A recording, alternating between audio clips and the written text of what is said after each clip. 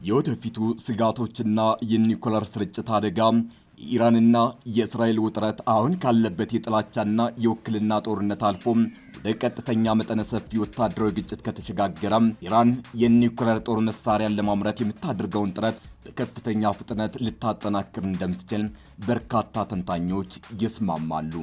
ኢራን የኒውክሌር ጦር መሳሪያ ባለቤት ብትሆን የመካከለኛው ምስራቅ የኃይል ሚዛን እንደ ደቡብ ኤስያ ሁሉም በከፍተኛ ሁኔታ ይለወጣል። ይህ ክስተት የኒውክሌር ስርጭት ሰንሰለት ሊያስከትል ይችላል። ይህም ማለት እንደ ሳውዲ አረቢያ፣ ቱርክና ግብጽ ያሉ ሌሎች በቀጠናው ያሉ ሀገራት የራሳቸውን የኒውክሌር ፕሮግራም እንዲጀምሩ ሊገፋፋቸው ይችላል።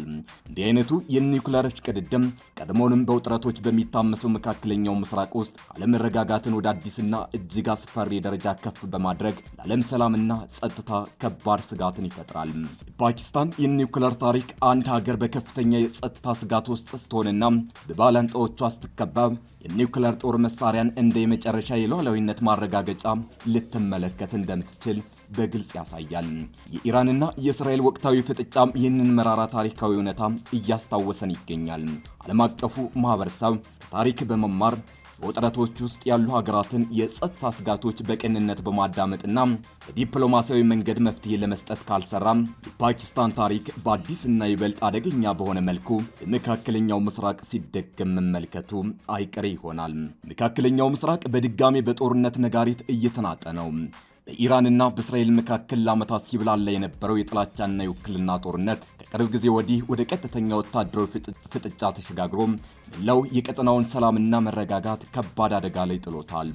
የእስራኤል መሪዎች ኢራን የኒውክሌር ጦር መሳሪያ ባለቤት እንዳትሆን ለማድረግ ማንኛውንም እርምጃ እንደሚወስዱ ሲዝቱ፣ የኢራን ባለስልጣናት በበኩላቸው የሀገራቸው የኒውክሌር መርሃ ግብር ሰላማዊ ቢሆንም የህልውና አደጋ ከተጋረጠበት ግን ኒውክሌር ፖሊሲያቸውን ለመቀየር እንደማያመነቱ በግልጽ እያስጠነቀቁ ነው። ይህ እጅግ አደገኛ የሆነው የቃላትና የተግባር ልውውጥ መካከለኛው ምስራቅ ወደ ኒውክሌር እሽቅድድም እያመራ ነው የሚለውን አስፈሪ ጥያቄ እንድናነሳ ያስገድደናል። የዚህን ጥያቄ መልስ ለመገመት የዓለምን ትኩረት ስቦ ከነበረው ሌላ ታሪካዊ ክስተት መማር ወሳኝ ነው። ይኸውም ብቸኛዋ ሙስሊም የኒውክሌር ኃይል ባለቤት የሆነችው የፓኪስታን ጉዞ ነው።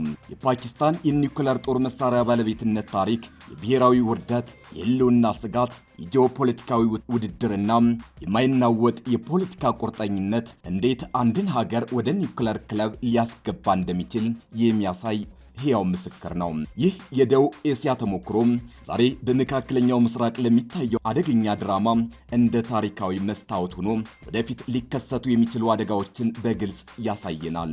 ይህ ጉዞ የተጀመረው በቤተ ሙከራ ሳይሆን በጦር ሜዳ ላይ ነው። የሀገሪቱን ህልውና እስከ መፈታተን የደረሰ አንገት አስደፍቶ ወገብ የሰበረ ወታደራዊ ሽንፈትን ተከትሎ የተወለደ ነው። ይህ በአንድ የጸጥታ ጥማት ብቻ በመነዳት የዓለም አቀፍ ጫናን ሁሉ በጣጥሳ የዓለማችንን እጅግ ብርቅዬና አደገኛ ክለብ የተቀላቀለች ሀገር ታሪክ ነው።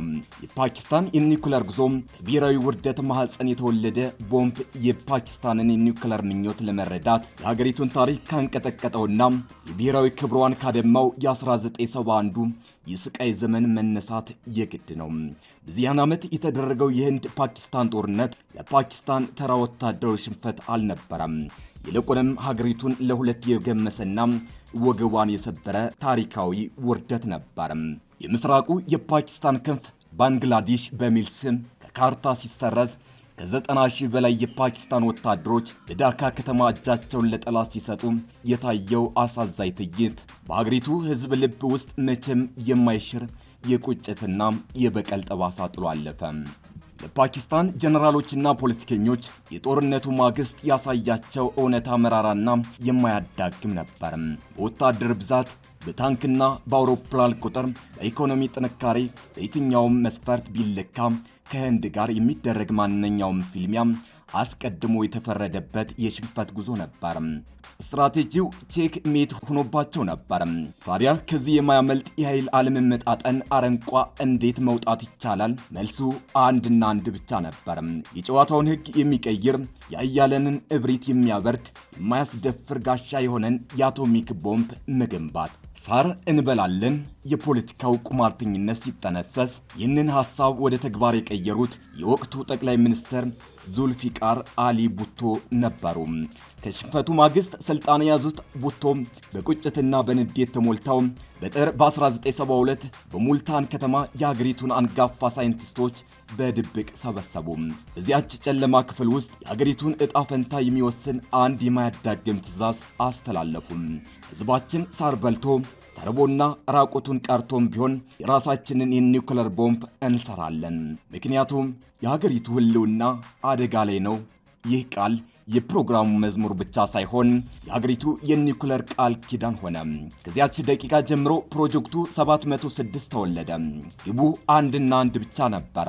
ዋጋው ምንም ይሁን ምን ቦምቡን መገንባት። ፈገግ ያለው ቡድሃና መመለሻ የሌለው መንገድ የ1971ን ጦርነት የቦምብ ጥንስስ ከነበረ የህንድ የ1974ቱ ድርጅት ደግሞ የፕሮግራሙን ጉዞ ያፋጠነ የእሳት ብልጭታ ነበር።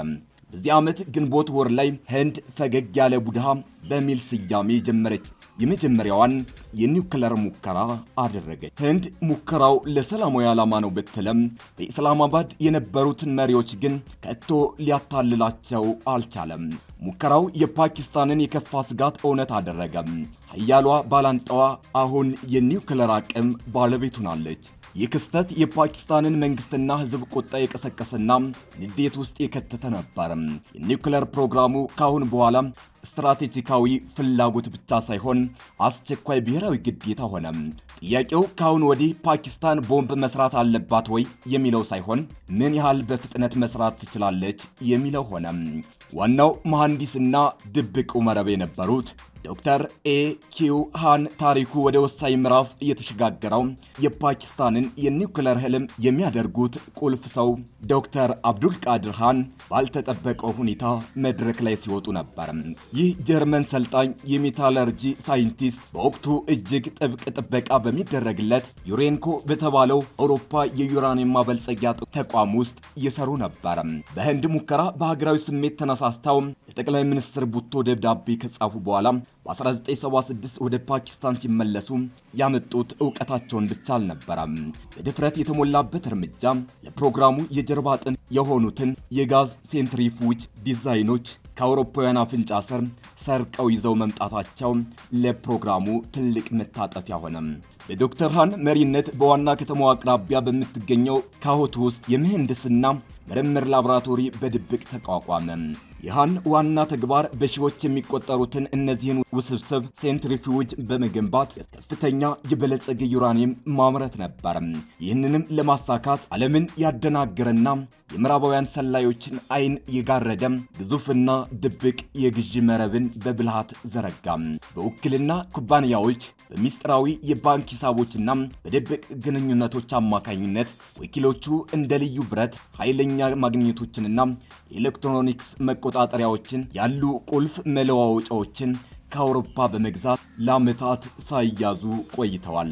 ኤ.ኪው ሃን በዩራኒየም መስመር ላይ ሲያተኩር በሙኒር አህመድ ሃን የሚመራው የፓኪስታን አቶሚክ ኤነርጂ ኮሚሽን ደግሞ ይበልጥ ውስብስብ በሆነው የፕሉቶኒየም መስመር ላይ ይሰራ ነበር።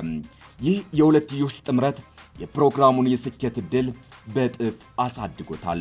የሶቪየት አፍጋን ጦርነት የፓኪስታን የኒውክለር ምኞት በዓለም አቀፍ ማዕቀብ ሊታፈን በተቃረበበት ወቅት ታሪክ ያልጠበቀ ዱላውን አወዛወዘም።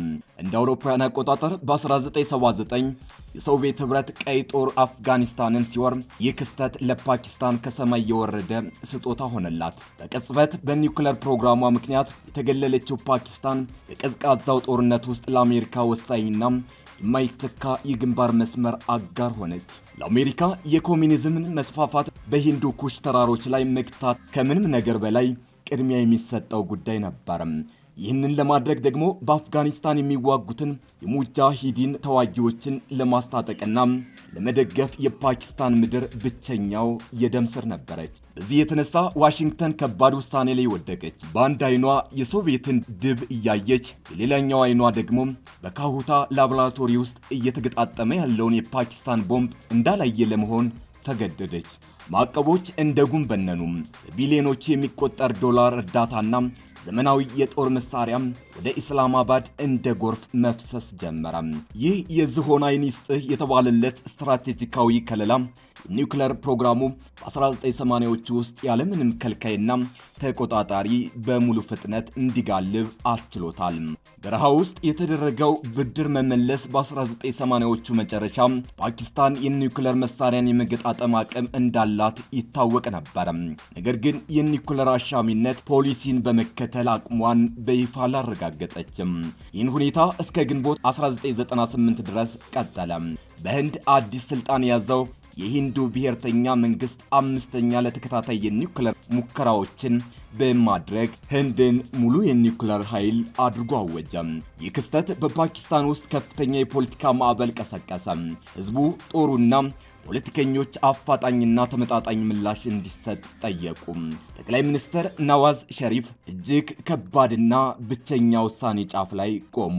በአንድ በኩል የዓለም ሀያላን የሚያወርዱትን የማዕቀብ እሳትና የብቸኝነት ስቃይ፣ በሌላ በኩል ደግሞ የሀገራቸው ህዝብ የማይበርድ የክብርና የበቀል ጥሪ። ውሳኔው በብሔራዊ ኩራትና በኢኮኖሚያዊ ህልውና መካከል የተደረገ የመጨረሻው ፊልሚያ ነበር። ከብዙ ቀናት በውጥረት የተሞላ ውይይት በኋላ ውሳኔው ተላለፈ። እንደ አውሮፓውያን አቆጣጠር ግንቦት 28 1998 ከህንድ ሙከራ ከ17 ቀናት በኋላ ፓኪስታን በባሎቺስታን ግዛት በምትገኘው ቻጋይ በረሃ ተራራ ስር 5 የኒውክሌር ጦር መሳሪያዎችን በተሳካ ሁኔታ አፈነዳች። ከሁለት ቀን በኋላም ስድስተኛውን አስከተለች። ዛን ዕለት ጠቅላይ ሚኒስትር ሸሪፍ ለህዝባቸው ባደረጉት ንግግር ሂሳባችንን አወራርደናል በማለት ፓኪስታን የዓለማችን 7ኛዋ የኒውክሌር ጦር መሳሪያ ባለቤት መሆኗን በይፋ አወጁ። በእነዚያ ፍንዳታዎች የፓኪስታን ረጅምና ድካሚ ጉዞ ተጠናቀቀ። በወታደራዊ ሽንፈት አመድ ውስጥ የተጀመረው ፍለጋ ሀገሪቱ የዓለም 7ኛዋ የኒውክሌር ኃይል ባለቤት እንድትሆን በማድረግና የዙልፊቃር አሊ ቡቶን ከሩብ ዓመት በፊት የነበረውን ቃል ኪዳን በመፈጸም ተደመደመ። የኢራንና እስራኤል ፍጥጫ የፓኪስታንን ታሪክ በመካከለኛው ምስራቅ ይደገም ይሆን? የፓኪስታን የኒውክሌር ታሪክ ዛሬ በኢራንና በእስራኤል መካከል ያለውን አደገኛ ሁኔታ ለመተንተን በርካታ ጠቃሚ ማመሳከሪያዎችን ይሰጠናል። የህልውና ስጋትና የደህንነት ዋስትና ፓኪስታን ከህንድ የተሰማትን አይነት የህልውና ስጋት ኢራንም ከእስራኤልና ከአጋሩ አሜሪካ እንደሚሰማት በተደጋጋሚ ትገልጻለች። እስራኤል በበኩሏ የኢራንን የኒውክሌር ፕሮግራም እንደ ቀጥተኛ የህልውና አደጋ ትቆጥረዋለች። የእስራኤል ቤጊን ዶክትሪን በመባል የሚታወቀው የጸጥታ ፖሊሲዋ ማንኛውንም የጠላት ሀገር በክልሉ ውስጥ የኒውክሌር ጦር መሳሪያ ባለቤት እንዳይሆን መከላከልን ያካትታል። ይህ ፖሊሲ እስራኤል የኢራንን የኒውክሌር ተቋማት ለማጥቃትና ወታደራዊ እርምጃ ልትወስድ እንደምትችል የምታሳየው ስጋት መሰረት ነው። ይህ አይነቱ ጫና የኢራን አመራሮች ልክ እንደ ፓኪስታን አመራሮች ሁሉ የኒውክሌር ጦር መሳሪያን እንደ ብቸኛ የህልውና ዋስትናና የእስራኤልን ጥቃት መከላከያ ጋሻ አድርገው እንዲመለከቱት ሊገፋፋቸው ይችላል። የህንድና የፓኪስታን ግጭት የደቡብ ኤስያን ጂኦፖለቲካዊ ገጽታ እንደቀየረ ሁሉ የኢራንና የእስራኤል ባላንጣነት የመካከለኛው ምስራቅ ዋነኛ የውጥረትና የውክልና ጦርነቶች ምንጭ ነው። እስራኤል በቀጠናው ብቸኛዋ የኒውክሌር ጦር መሳሪያ ባለቤት መሆኗ ኢራንን ለጸጥታው ስጋትና ኢራንን ለጸጥታዋ እንድትሰጋና የራሷን የኒውክሌር አቅም ለመገንባት እንድትነሳሳ አድርጎታል ተብሎ በሰፊው ይታመናል። ኢራን የኒውክሌር ኃይል ባለቤት መሆኗ ይህንን የኃይል አለመመጣጠን ያስተካክላል የሚል እምነት በቴህራን በኩል አለ። ዓለም አቀፍ ጫና፣ ማዕቀብና የዲፕሎማሲ ውድቀት ፓኪስታን በኒውክሌር ፕሮግራሟ ምክንያት የገጠማትን አይነት ከባድ የኢኮኖሚ ማዕቀቦች ዛሬ ኢራን ላይ ተጥሎ ይገኛል። ነገር ግን የፓኪስታን ተሞክሮ እንደሚያሳየው አንድ ሀገር የኒውክሌር ጦር መሳሪያን ለህልውናዋ ወሳኝ ነው ብላ ካመነች ማዕቀቦች ብቻቸውን ፕሮግራሙን ለማስቆም በቂ ላይሆኑ ይችላሉ። ከዚህም በላይ ኢራን ከዓለም ሀያላን ጋር የተስማማችበት የ2015 የኒውክሌር ስምምነት በአሜሪካ በኩል መፍረሱ በኢራን ወግ አጥባቂ ኃይሎች ዘንድ በዲፕሎማሲ ላይ እምነት እንዲያጡና የፓኪስታንን የራስ በራስ የመቻል መንገድ እንዲመርጡ ሊያበረታታ ይችላል።